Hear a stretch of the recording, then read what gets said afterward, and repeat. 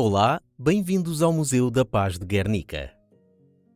Este edifício alberga o Museu da Paz de Guernica desde 1998. Foi construído entre 1941 e 1944 e fez parte da reconstrução da vila após o seu bombardeamento.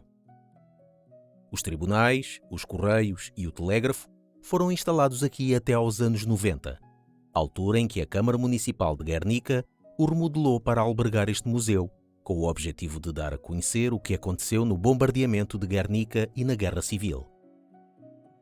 Desde 2002, pertence à Fundação do Museu da Paz de Guernica e tem 3 principais patrocinadores: a Câmara Municipal de Guernica-Lumo, o Governo Basco e a Diputación Foral de Biscaia. Juntem-se a mim para conhecermos a história e a memória de Guernica e na sua vontade de trabalhar pela paz e pelos direitos humanos.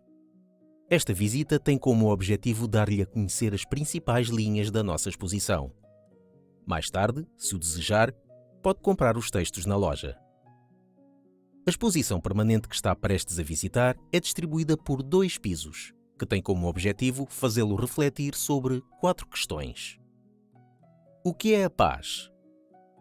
O que aconteceu em Guernica em 1937, numa altura em que não havia paz? Como foi o bombardeamento? Relato contado pelas pessoas que o viveram e o sofreram. O que está a acontecer no mundo de hoje com a paz e os direitos humanos? Começamos a nossa visita à exposição permanente passando por um corredor com paredes brancas com referências à frase de Gandhi: "Não há caminhos para a paz é o caminho". Este percurso em zigue-zague começa por falar de diferentes ideias e conceitos relacionados com a cultura de paz. À nossa esquerda, temos a primeira ideia que se refere à paz acordada, também chamada Pax Romana, uma ideia baseada em tratados ou acordos de paz. Este primeiro conceito parte do princípio de que os únicos responsáveis pela paz são os que assinam os tratados e que, após a assinatura, deixa de haver uma situação de guerra ou de conflito violento. No entanto, todos sabemos que muitas vezes não é assim, uma vez que, para alcançar a verdadeira paz, toda a sociedade tem de se envolver de forma responsável, dia após dia, pouco a pouco, para além de qualquer tratado. Depois desta primeira ideia de paz, à direita do corredor, temos a segunda ideia, paz interior, que tem sido frequentemente relacionada com diferentes religiões, meditação e retiro espiritual, embora na verdade seja um conceito aplicável a qualquer momento em que nos sintamos em paz connosco próprios. Ao longo do corredor, encontramos à esquerda o conceito ou a ideia de ecopacifismo. Por outras palavras, a manutenção da paz está intimamente ligada à utilização que fazemos dos recursos do planeta. Este desrespeito recorrente pelos recursos naturais do planeta está na origem de numerosos conflitos violentos relacionados, por exemplo, com a utilização da água ou a extração de minerais. Continuando, à direita, temos a ideia de paz cotidiana, um conceito muito simples e que nos envolve a todos. O ser humano, para além do amor e de outras necessidades materiais e imateriais, tem uma série de necessidades básicas que precisam de ser satisfeitas. Estamos a falar de necessidades como habitação, alimentação, vestuário, trabalho, saúde e educação, entre outras. Quando um grupo humano vive sem acesso a este conjunto de necessidades básicas, não há justiça e os conflitos violentos continuam a crescer. Assim, há uma ausência dessa paz cotidiana.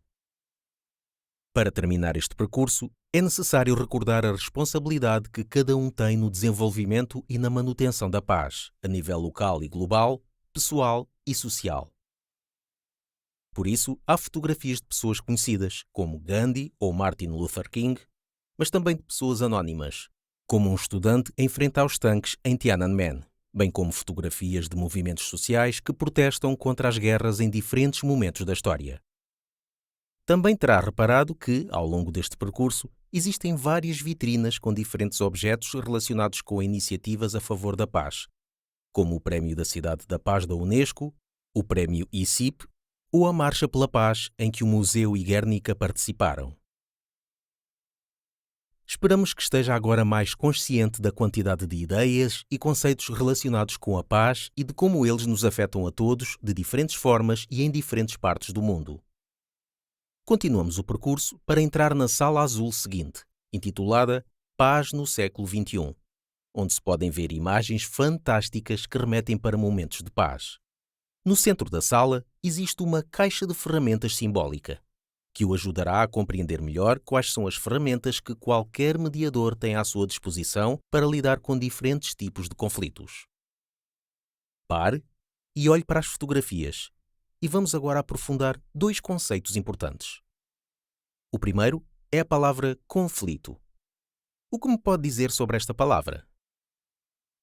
É frequente pensarmos que este conceito tem sempre uma conotação negativa, mas na realidade não é esse o caso. O conflito é uma oportunidade de mudança, de progresso, que pode ser resolvido tanto de forma positiva como negativa. O segundo conceito é o de violência. Neste caso, seguindo a investigação do teórico da paz Johann Galtung, podemos dizer que existem três tipos de violência: direta, cultural e estrutural. Se fizéssemos uma comparação com um iceberg, a violência direta seria a ponta do iceberg, a mais visível: mortos, feridos, destruição material. No entanto, existem dois outros tipos de violência muito maiores na base do iceberg, que são frequentemente invisíveis. Estamos a referir-nos à violência cultural. O machismo, o racismo, a impossibilidade de desenvolver plenamente uma cultura, uma língua. E à violência estrutural, exercida pelas estruturas de poder, de que um dos exemplos mais claros são as grandes desigualdades no mundo. Não haverá paz verdadeira sem a erradicação deste tipo de violência. Até agora, tentámos explicar algumas ideias básicas: paz, conflito, violência, nesta primeira pergunta do museu que pretendia fazê-lo pensar sobre o que é a paz. Continuo para entrar na parte mais histórica e comece a refletir sobre a segunda pergunta. O que aconteceu em Guernica em 1937, numa altura em que não havia paz durante a Guerra Civil? Convidamo-lo a fazer uma viagem no tempo entrando na casa de Begonha. Se a porta azul estiver aberta, passe. Se não estiver, espere. Esta mulher de Guernica vai contar-nos como era a sua vida antes do bombardeamento. Quer ouvir a sua história? Escolha, através dos botões do painel da esquerda, a língua em que pretende ouvir o programa. Durante alguns segundos, pode vivenciar aqui o quão terrível é sofrer um bombardeamento. Concentre-se e permaneça em silêncio até ao fim do audiovisual. Salas históricas. Como é que se sentiu dentro da casa da Begonha? Puderam ouvir Begonha a contar-nos como as pessoas de Guernica tentaram normalizar o facto de estarem numa situação de guerra. Isto é algo que, infelizmente, inúmeras pessoas no mundo estão a passar neste preciso momento. Comece a visita pelas salas históricas do museu. Mas primeiro, pare e veja esta sala mais escura, cheia de painéis de vidro explicativos. Este chão, cheio de escombros, pretende simbolizar uma cidade frágil e destruída, tal como Guernica na noite de 26 de abril de 1937. Imagina o que deve ser confrontar-se com uma cidade assim depois de um bombardeamento devastador. A seguir, tentaremos fornecer algumas informações históricas para o ajudar a compreender o contexto antes e durante a Guerra Civil, como surgiu a situação e quais foram as consequências do bombardeamento em Guernica. Na primeira parte desta sala, pode ver fotografias e textos que nos falam sobre a origem e o desenvolvimento da vila de Guernica. A importância histórica deste lugar não surge a partir do papel que desempenhou durante a guerra, mas sim à consolidação da Árvore de Guernica e da Casa de Juntas, como elementos que definem a identidade basca. Vá um pouco mais longe e descubra como eram os anos anteriores à guerra. Em 14 de abril de 1931, é proclamada a Segunda República Espanhola numa cidade muito próxima, em Eibar. Este período, de 1931 a 1936, foi um período turbulento e difícil na história de Espanha, mas, ao mesmo tempo, muito esperançoso para diferentes setores da população. Entre os diferentes conflitos que surgiram durante este período, contam-se as reformas sociais, promovidas pelos partidos políticos progressistas, com o objetivo de introduzir uma série de alterações nas estruturas da sociedade e que mereceram o desagrado dos partidos políticos conservadores. De que reformas estamos a falar? Por exemplo, a reforma agrária, das reformas sociais, algumas das quais estavam estreitamente ligadas ao papel da mulher, ou as reformas educativas, que visavam um sistema público universal, laico e misto para reduzir o analfabetismo. Não nos estender nas muitas outras reformas que foram efetuadas ou tentadas, mas não podemos deixar de referir a importância da constituição dos Estatutos de Autonomia no mesmo momento histórico. O País Basco e a Catalunha aprovaram os seus estatutos durante este período, e outras regiões de Espanha estavam a discuti-los para se poderem governar de forma mais autónoma. Em fevereiro de 1936 foram organizadas eleições gerais, e a Frente Popular, a coligação de partidos de esquerda que reunia republicanos, socialistas, comunistas e anarquistas, e que mais tarde incluiu também nacionalistas bascos e catalães, ganhou. A Frente Popular estava convencida da necessidade de aprofundar estas reformas sociais. Neste clima, o golpe de Estado, a 18 de julho de 1936, apoiado pelos partidos de direita, uma parte do exército e de uma grande parte da Igreja. Sanjurjo, Mola, Franco e outros generais insurgiram-se militarmente contra o governo democrático que tinha vencido nas urnas. Assim, a Espanha estava dividida em duas: a Espanha leal ao governo da República e a Espanha que apoiava os rebeldes, franquistas ou aqueles que se autoproclamavam como o Exército Nacional.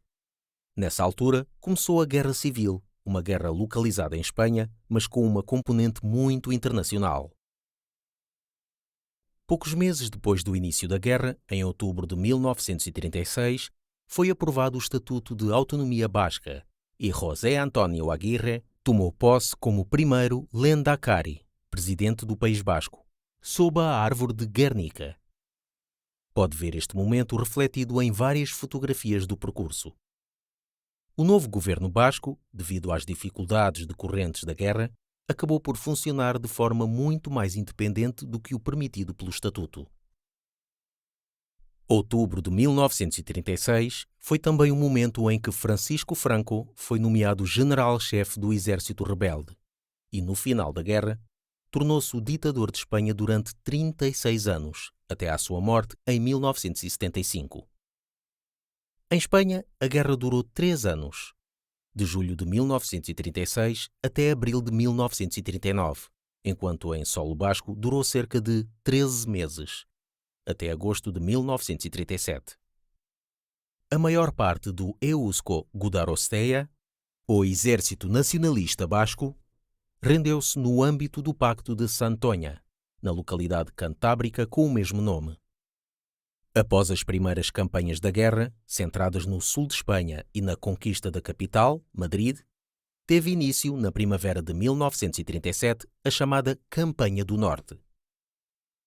Os ataques aéreos do exército rebelde intensificaram-se após o bombardeamento de Durango, em 31 de março de 1937, com o objetivo de aniquilar completamente a resistência republicana em todo o Golfo da Biscaia.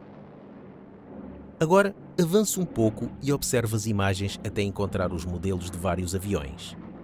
São alguns dos que participaram no bombardeamento de Guernica. Aviões alemães e italianos a bombardear uma vila basca? Não havia um tratado de não intervenção?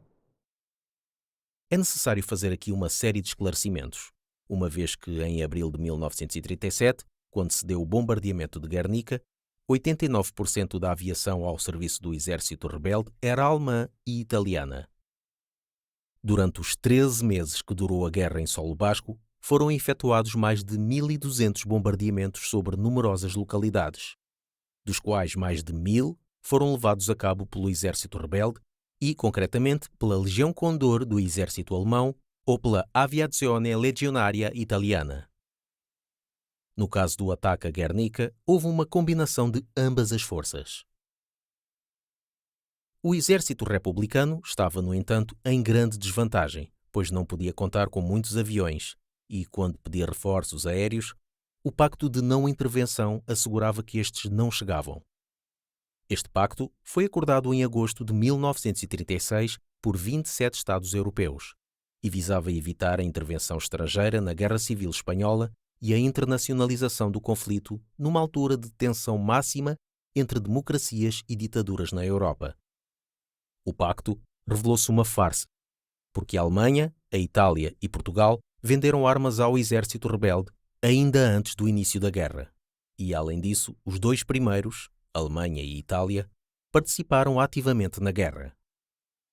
Mais tarde, em outubro de 1936, a URSS começou também a enviar material de guerra para o exército republicano.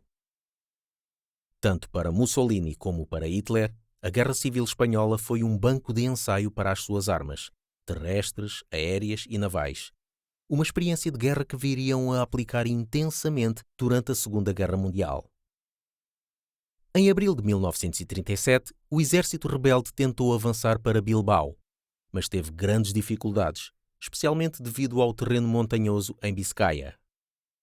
O cinturão de ferro, ainda inacabado, era um sistema de fortificação constituído por túneis, bunkers e trincheiras construídas à volta de Bilbao, para defender a cidade de ataques inimigos, com o objetivo de impedir o eventual ataque de tropas inimigas.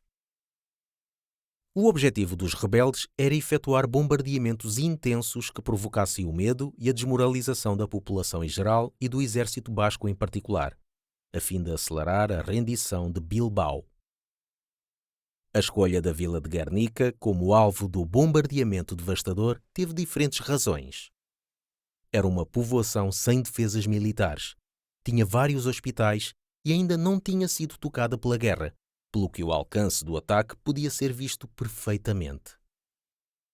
Além disso, uma grande parte da população estava concentrada no centro da vila, uma vez que o dia escolhido foi uma segunda-feira de mercado, nomeadamente a segunda-feira, 26 de abril de 1937. O próprio caráter simbólico da aldeia no imaginário e na identidade basca tornava-a ainda mais adequada para provocar a desmoralização desejada. O bombardeamento de Guernica começou por volta das 4h15 da tarde e prolongou-se até cerca das 8h15, cerca de 3 horas e meia ininterruptas, durante as quais os aviões alemães e italianos aterrorizaram uma população civil indefesa, reduzindo a vila a cinzas. Os aviões provinham de 3 aeródromos situados em Vitoria-Gasteiz, Burgos e Soria. Como se pode ver, as várias bombas nas vitrinas causaram uma destruição total. As bombas de fragmentação partiam os telhados dos edifícios e faziam buracos piso a piso, explodindo quando chegavam ao chão. É preciso ter em conta que, nessa altura, a estrutura da maioria dos edifícios era de madeira. Depois, as milhares de bombas incendiárias que foram lançadas entraram pelos buracos feitos pelas bombas de fragmentação e fizeram com que tudo ardesse rapidamente. Dos 297 edifícios que se desmoronaram em Guernica, muitos foram destruídos por bombas e outros simplesmente arderam. Depois dos bombardeiros terem largado a sua carga, foi a vez dos caças, voando muito baixo, bombardearem a população civil que tentava fugir em pânico. Muitas pessoas tentaram fugir para os arredores da aldeia, mas, como já foi referido, tratava-se de um bombardeamento terrorista e a população era um dos alvos do ataque.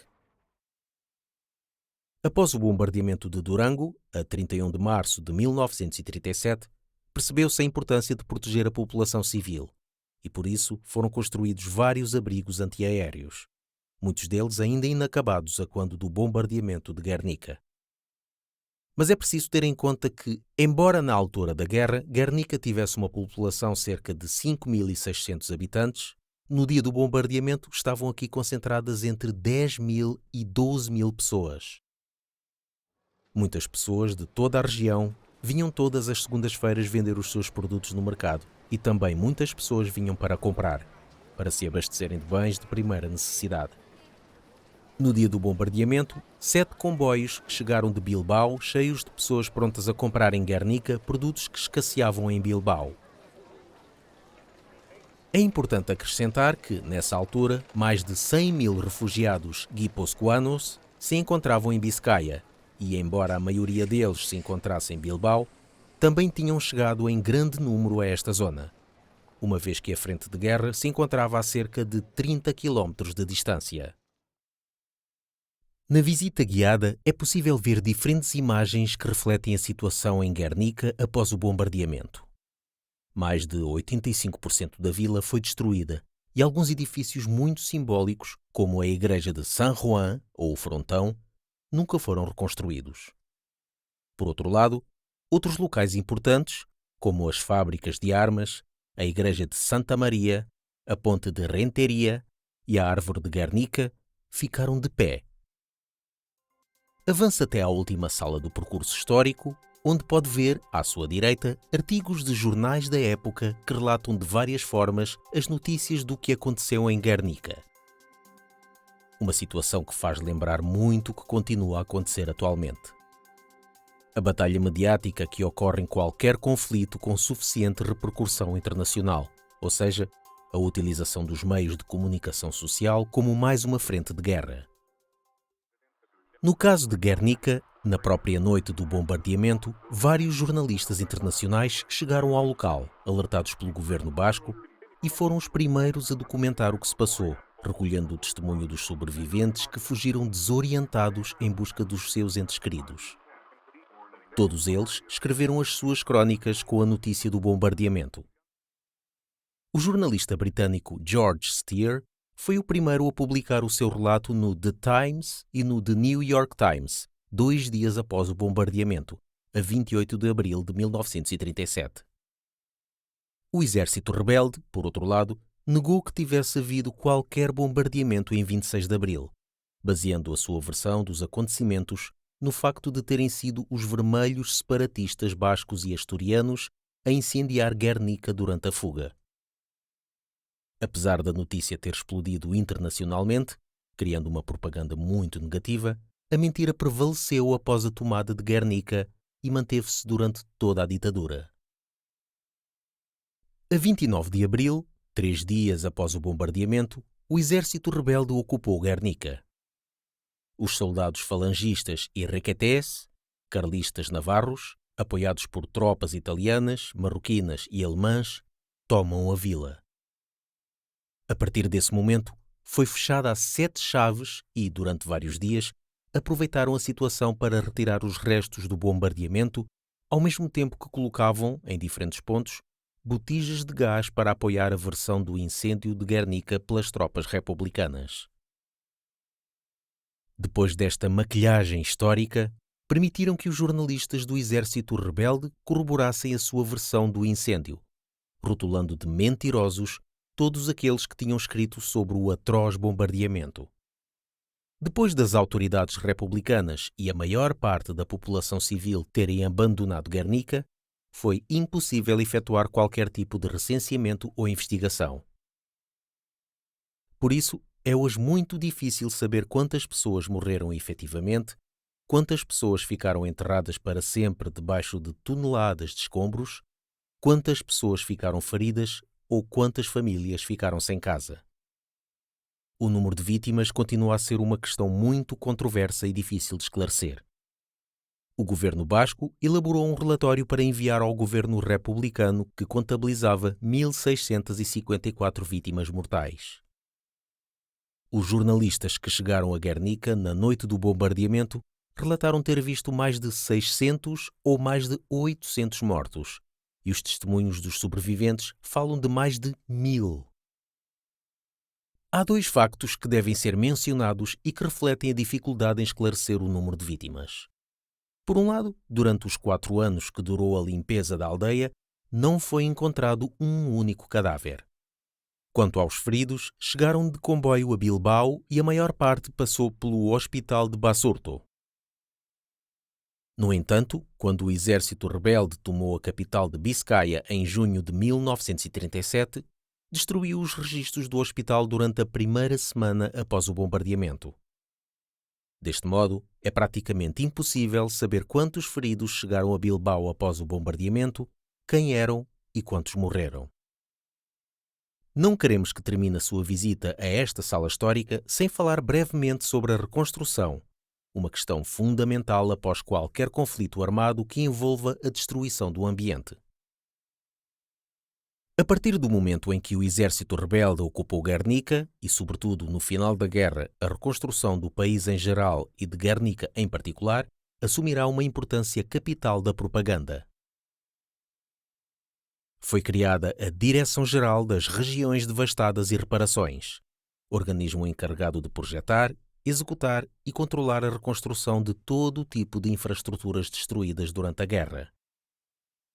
O novo regime franquista viu-se confrontado com o dilema, aparentemente insolúvel, de tentar reconstruir um país sem recursos económicos ou humanos para trabalhar, uma vez que centenas de milhares de pessoas já tinham morrido, estavam feridas, presas ou tinham acabado no exílio. O início da Segunda Guerra Mundial, em setembro de 1939, veio complicar ainda mais a situação, especialmente no que diz respeito à escassez de materiais. Este dilema foi resolvido pelo Conselho de Redução de Penas por Trabalho, que apresentou a seguinte ideia: foram os republicanos que destruíram a Espanha, por isso vão ser eles que vão ter de a reconstruir. Desta forma, milhares de prisioneiros republicanos foram parar às mãos do exército rebelde como mão de obra escrava, o que permitiu a construção de infraestruturas, habitações e outras instalações que tinham sido destruídas durante a guerra. Podemos ver, entre as fotografias, prisioneiros de guerra a efetuar trabalhos de remoção de escombros em Guernica. É também interessante ver a imagem com a placa através da qual Guernica nomeou Franco como filho adotivo da cidade, facto que se manteve até quase ao final do século XX. Este era um dos requisitos indispensáveis em qualquer cidade escolhida para a reconstrução, tal como era o caso de Guernica.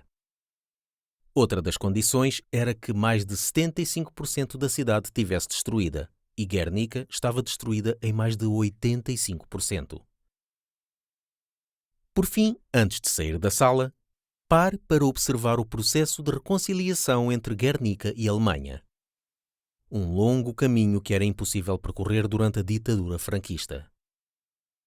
O silêncio imposto pelo regime impossibilitou que se falasse abertamente sobre o bombardeamento, com medo de represálias, e os sobreviventes não tiveram a oportunidade de socializar a memória do que tinham vivido, uma vez que esta contradizia completamente a versão oficial. Todos estes anos de silêncio foram um grande e pesado fardo na transmissão, familiar e social, do que realmente tinha acontecido por parte dos vencidos. Assim, só em 1987, durante o 50º aniversário do bombardeamento e com a criação do Centro de Investigação para a Paz Guernica Gogoratos, é que se iniciou o processo de reconciliação. A visita a Guernica de Petra Kelly, uma das fundadoras do Partido dos Verdes na Alemanha, que ficou surpreendida e envergonhada, impulsionou um processo que teve um dos seus momentos mais emocionantes 10 anos mais tarde, em 1997. O embaixador alemão em Madrid assistiu ao aniversário do bombardeamento e, na Praça do Mercado e na presença dos sobreviventes, leu uma carta que lhes foi dirigida e escrita pelo presidente alemão Roman Herzog, na qual este reconhecia os danos causados pelos aviões alemães. Este reconhecimento tardio e imperfeito, mas simbólico, por parte da Alemanha, abriu caminho a outras medidas recentes tomadas pelo governo espanhol. Do lado italiano, nunca houve qualquer tipo de reconhecimento. É por isso que ainda há um longo caminho a percorrer. Ao sair desta sala histórica, olhe para a sua esquerda para ver uma grande bomba de fragmentação e verifique à sua direita a exposição atual bibliográfica.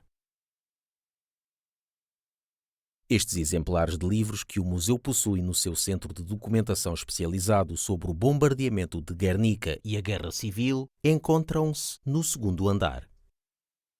Entrar na sala circular de madeira, alguns passos à frente, chamada In Memoriam.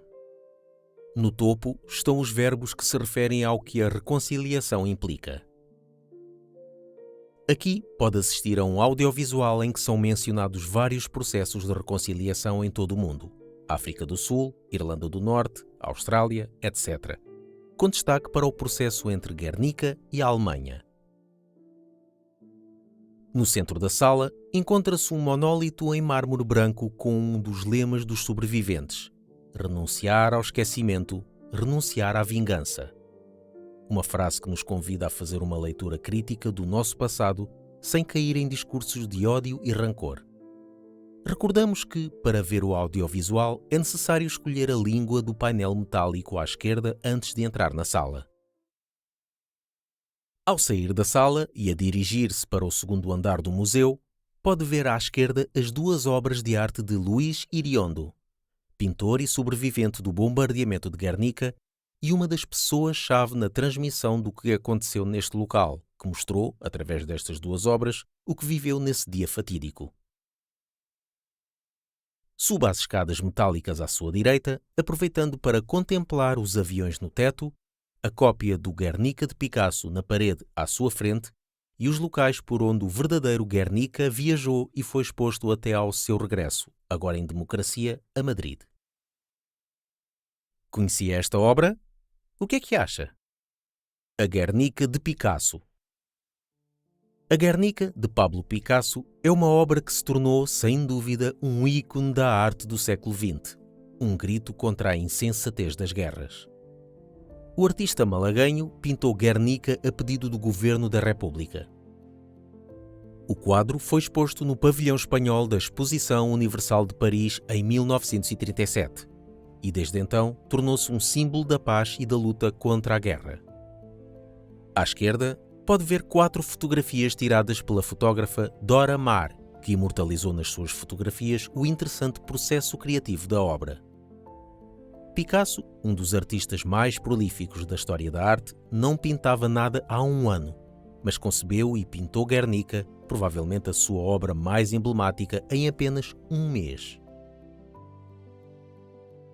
Poucos dias após o bombardeamento, depois de ler uma notícia no jornal parisiense L'Humanité e de ouvir os gritos de "Chega de Guernicas" durante as manifestações de 1 de maio, Picasso decidiu pintar algo relacionado com o que tinha acontecido.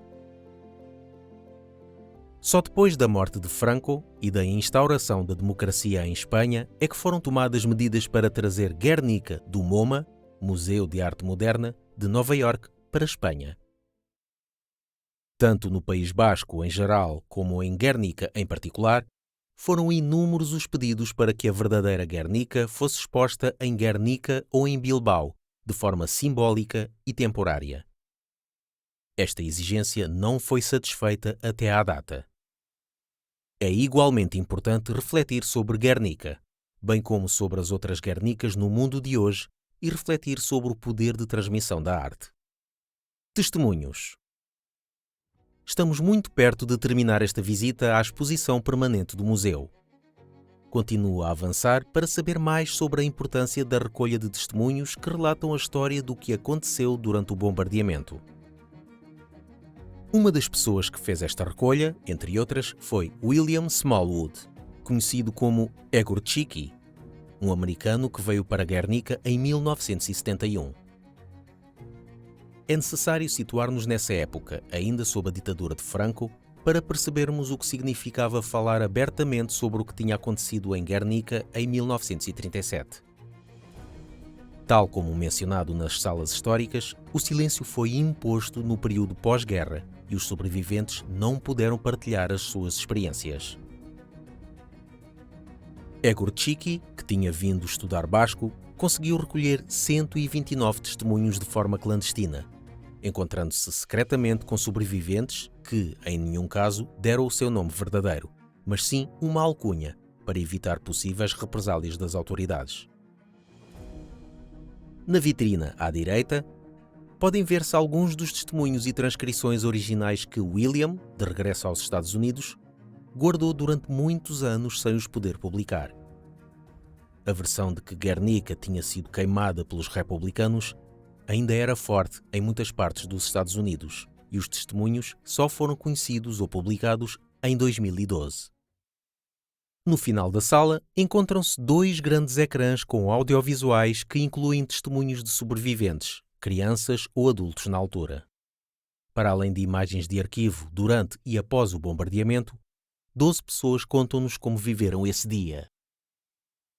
Os testemunhos foram incorporados nesta penúltima sala da visita permanente do museu, onde, anteriormente, de 2003 até 2018, existia uma sala dedicada à violência de motivação política no contexto do conflito basco.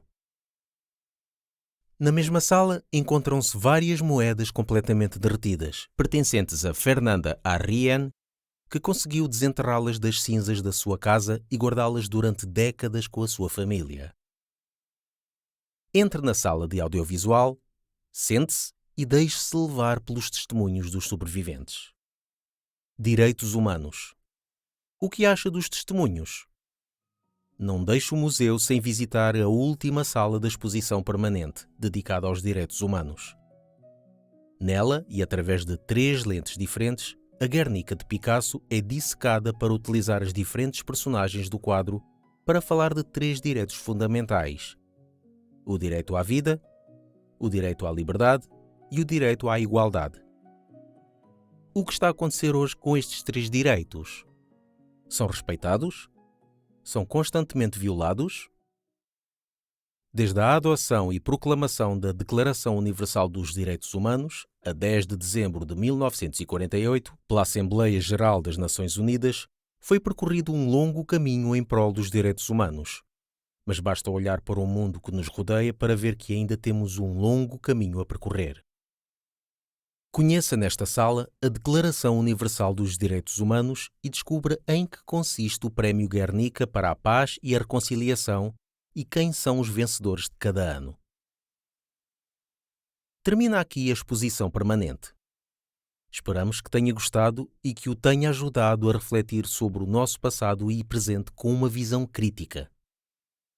Por último, gostaríamos de referir que o museu dispõe, nas suas instalações, de um departamento educativo.